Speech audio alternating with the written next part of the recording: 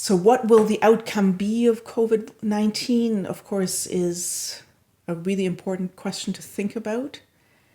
And I think there will be different outcomes for different individuals. But I think we're certainly going to be faced with a high risk of, especially frontline workers, developing depression, post-traumatic stress, moral injury, and other forms of suffering.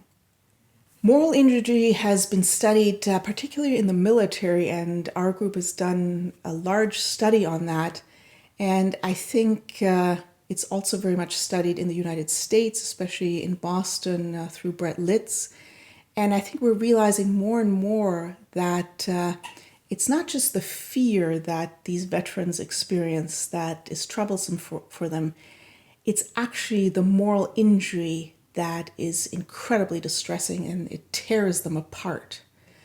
And I think it often drives them to take their own lives. And I will never forget when one of the Vietnam veterans said to me, "You know, Ruth, I cannot look anyone in the eye for fear that they can see the stain on my soul for what I've done in Vietnam." And I think that's really the essence of moral injury. And I think once we start interviewing a lot of our healthcare workers after this COVID-19 pandemic, they will also tell us, "I cannot look people in the eye for fear that they can see the stain on my soul for what I did or for what I couldn't do at the time of COVID-19. And I think this is where we have to intervene. This is where we need to support people.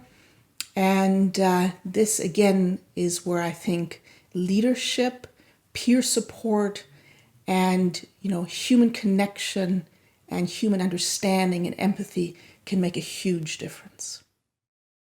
When I treated the Vietnam veteran who said to me, "I cannot look anyone in the eye for fear that they will see the stain on my soul," the first thing I said to him was, "Wow, I'm so glad you're able to tell me this because it shows me how human you are." And it would only be a very decent human being and a leader who would feel those feelings, right? It really shows that you care about the work you've done and the individuals you've affected. And so I said, I really want to thank you for that and for being such a leader. And I think that really resonated with him. And then over time, he also worked in a group setting, which I think is critical because, when you're in a group and others share about their guilt and shame for what they've done or for what they've not done, there's a lot of connection that happens and a lot of empathy that happens among the group members. And I think that's absolutely critical for their healing. And so this helped him as well. And then we also directly worked with the eye contact. So, again, at a pace that felt comfortable with him, I encouraged him to start looking into my eyes more and more. And it was almost like doing exposure treatment with eye contact.